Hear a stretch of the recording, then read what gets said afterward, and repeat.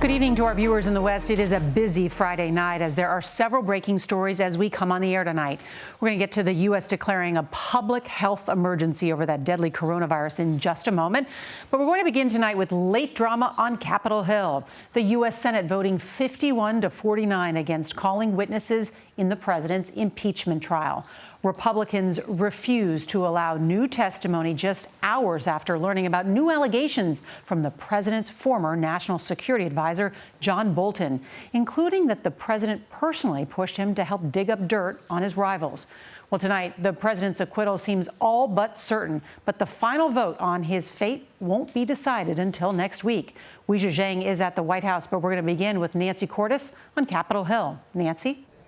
Nora, this debate has gripped the Senate for days, and in the end, all but two Senate Republicans voted not to compel new witness testimony in this trial. One Democrat called it a sad day for democracy, but Republicans say after 52 hours of arguments in this trial, they've heard enough.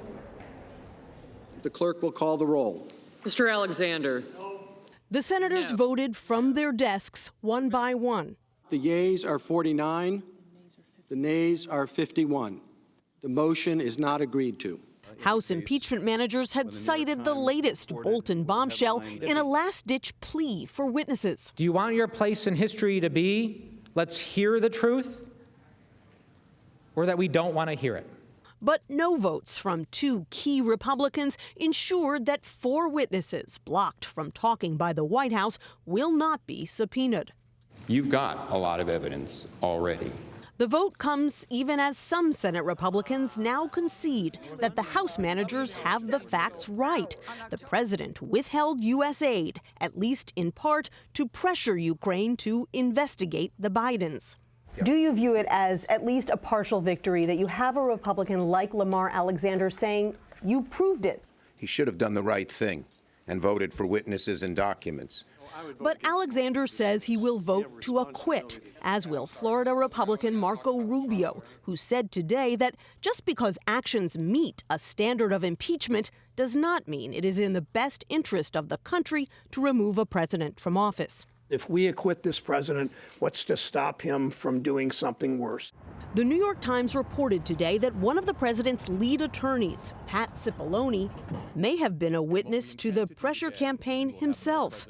That's according to former National Security Advisor John Bolton, whose upcoming book describes a meeting in the Oval Office last May.